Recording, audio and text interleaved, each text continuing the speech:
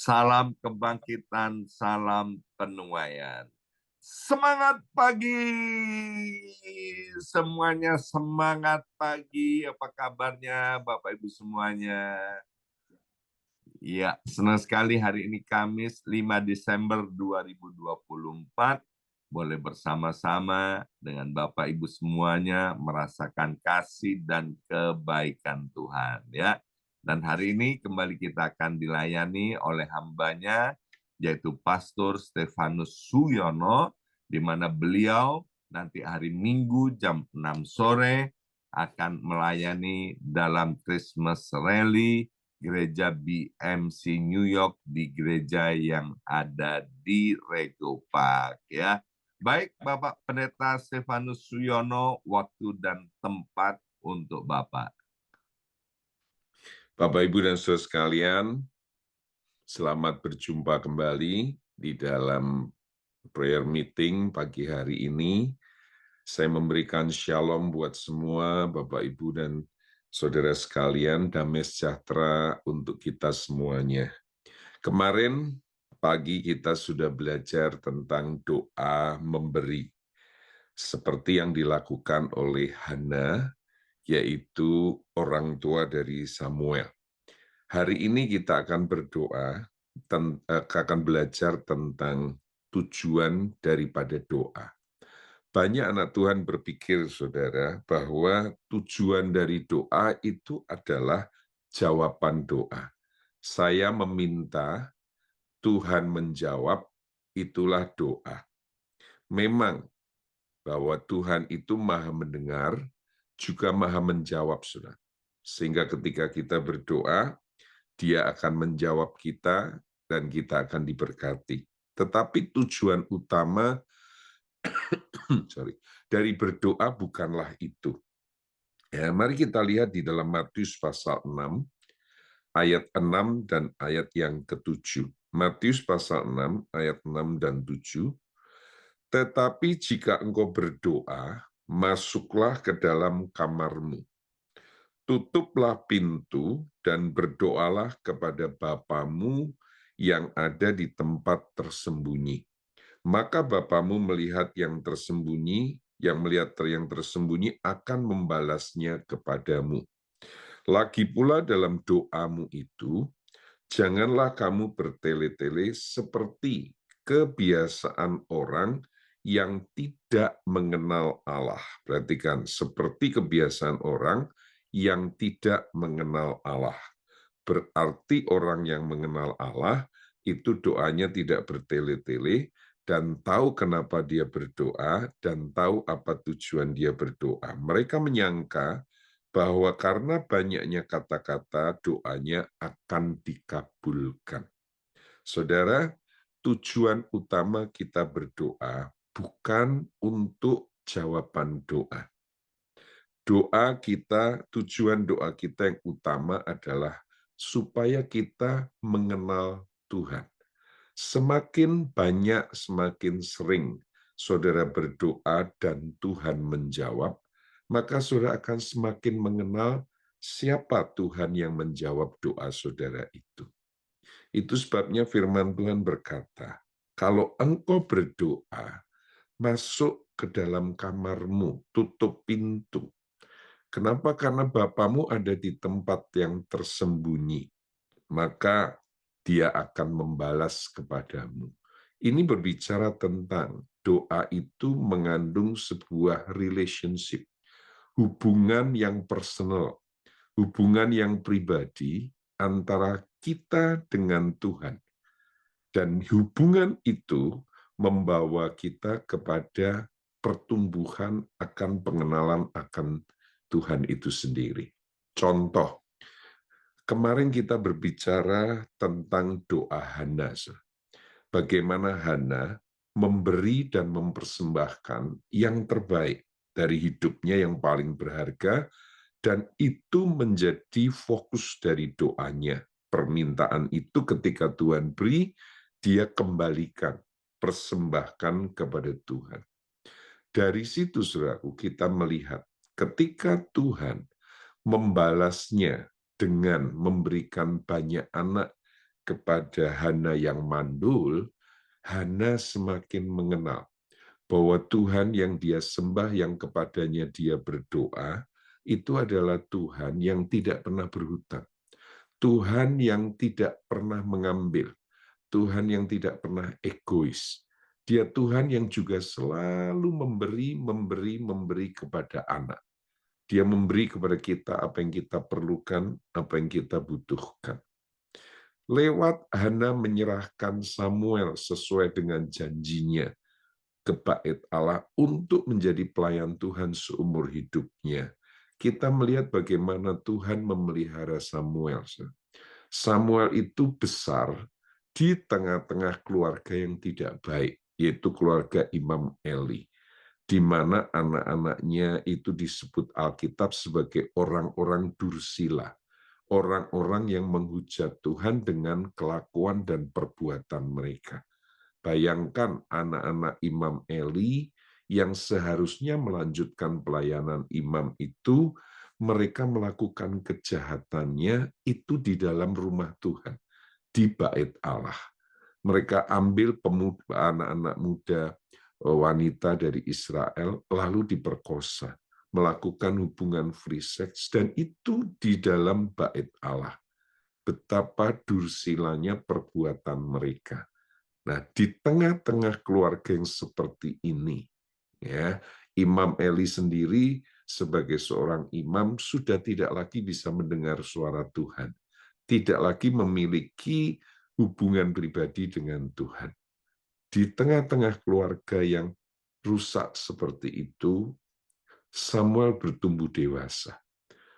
Kita tahu bahwa keluarga seperti apa itu akan membentuk kehidupan orang yang bertumbuh besar di dalamnya. Tapi keadaan keluarga yang tidak baik ini ternyata tidak mempengaruhi Samuel untuk bertumbuh menjadi seorang hamba Tuhan yang luar biasa. Kenapa ini semua terjadi? Karena Tuhan memelihara hidup Samuel, menjagainya dari pergaulan yang tidak baik, menjagainya dari keluarga yang sudah jauh dari Tuhan ini. Karena Tuhan berjanji, ketika Hana memberi yang terbaik, maka Tuhan itu akan memberkati apa yang Hana berikan itu.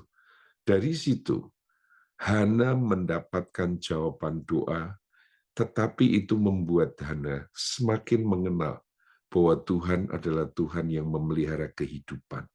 Di tengah-tengah segala yang tidak baik, Tuhan tetap memberikan yang terbaik. Hana semakin mengenal siapa Tuhannya lewat jawaban-jawaban doa yang dia dapatkan.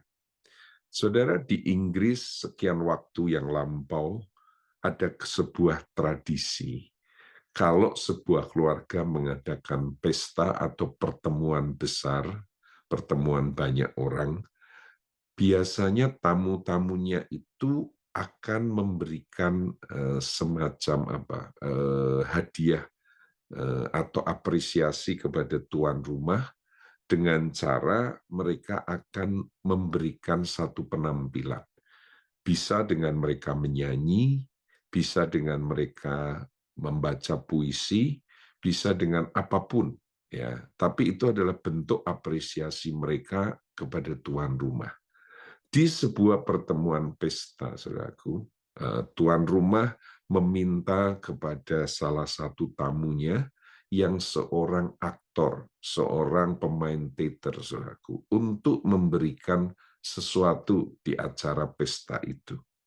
Lalu aktor ini maju ke depan dan dia membacakan sebuah puisi. Puisi yang dia bacakan ini dari Alkitab, dari Mazmur pasal 23.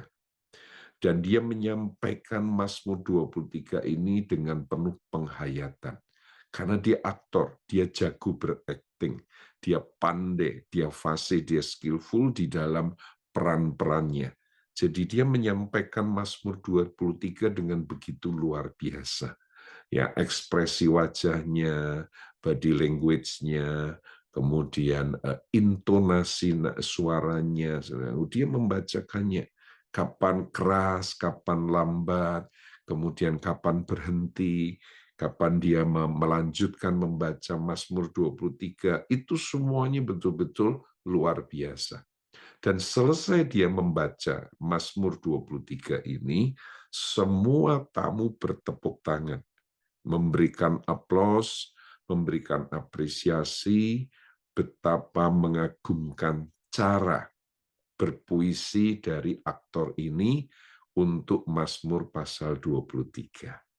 Setelah semua kekaguman dan tepuk tangan itu berhenti, tuan rumah membujuk seorang ibu tua yang merupakan tantenya sendiri untuk memberikan sesuatu di pesta itu. Semula ibu tua ini tidak mau, tapi setelah dia didesak-desak, akhirnya dia maju. Dan ketika dia ada di depan, dia berkata bahwa saya tidak sepandai seperti aktor tadi, tetapi saya juga ingin menyampaikan tentang Mazmur pasal 23.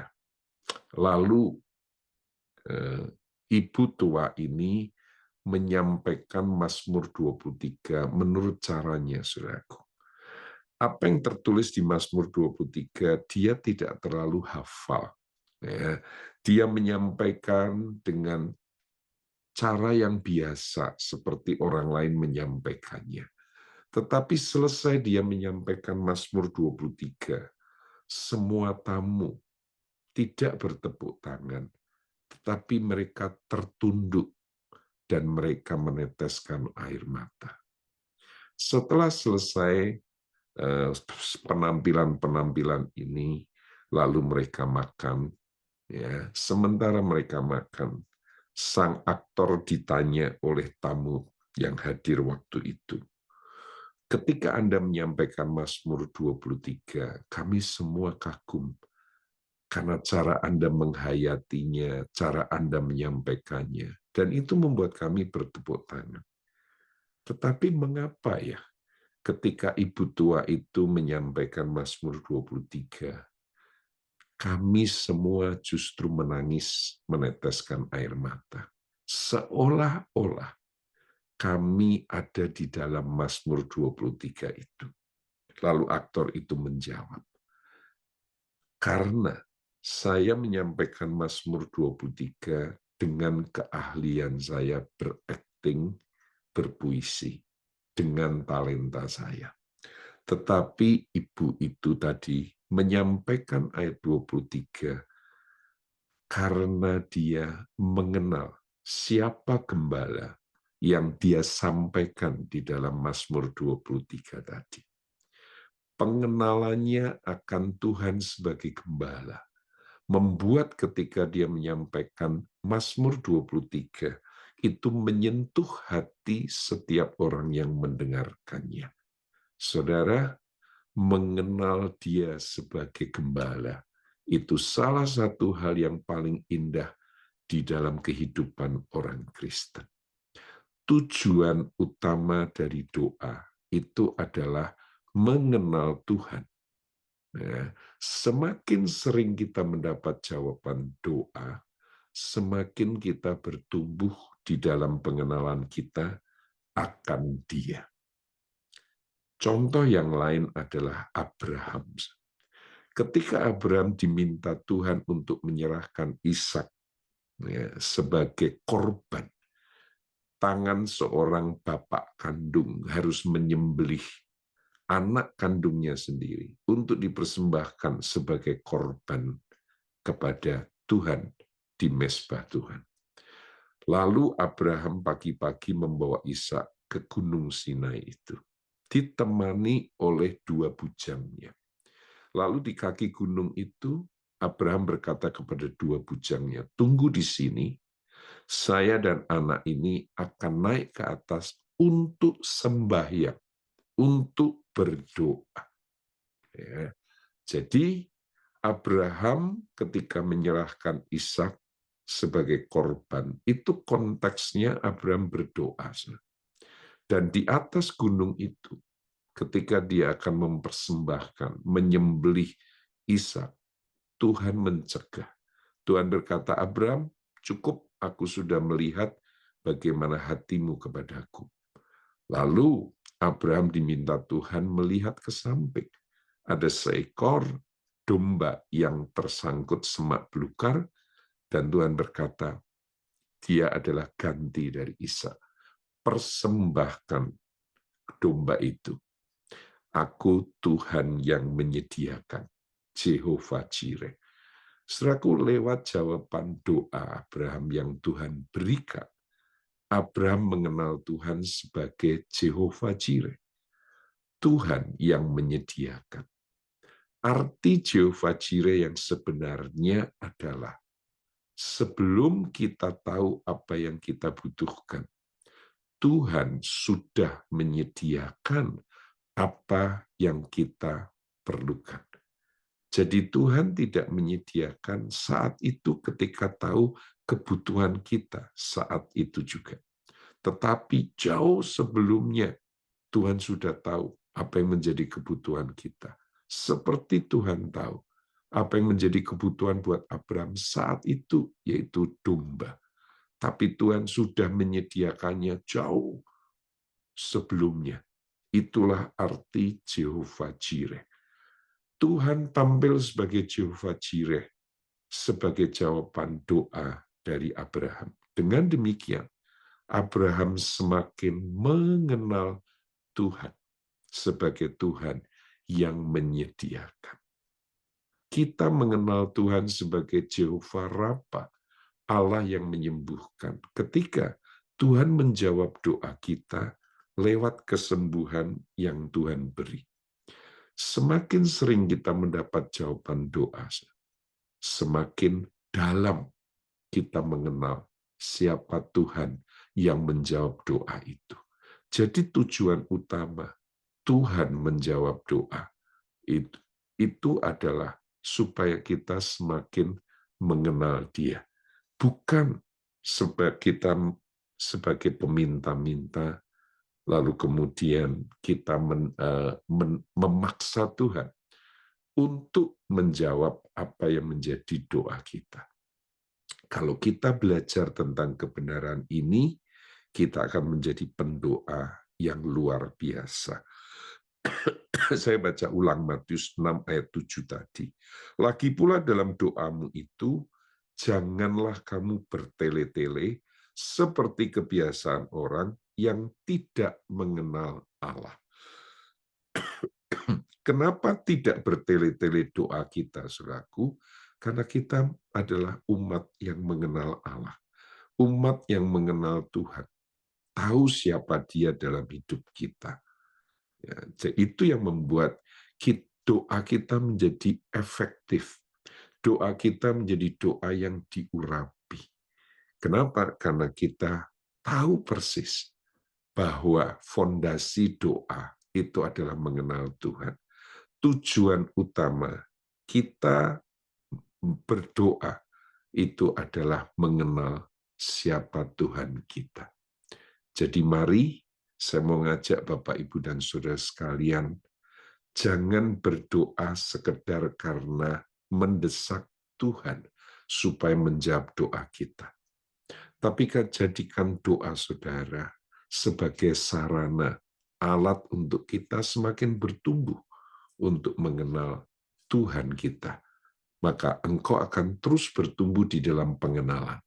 Engkau akan mengenal Dia sebagai Jehovah Jireh, engkau akan mengenal Dia sebagai Jehovah Rafa, engkau akan mengenal Dia sebagai Jehovah Shalom, dan sebagainya. Maka seluruh dimensi dari keilahian Allah itu akan diperkenalkan di dalam hidup saudara dan saya. Amin. Mari kita ambil waktu untuk berdoa sejenak. Tuhan, kami datang di dalam doa kami, karena kami rindu mengenal siapa Tuhan di dalam hidup kami. Biarlah semakin kami dalam di dalam doa kami, semakin kami mendapatkan jawaban doa kami, itu membuat kami semakin mengenal siapa Tuhan kami. Di dalam nama Tuhan Yesus, Engkau tidak hanya menjawab doa-doa kami, tetapi melalui jawaban doa kami, Tuhan memperkenalkan siapa dirinya kepada kami, dan kami semakin dalam mengenal siapa Engkau. Terima kasih Tuhan. Dalam nama-Mu, kami mau terus setia dan bertekun di dalam doa pagi ini, sehingga kami terus mengalami pertumbuhan di dalam pengenalan akan Tuhan. Amin.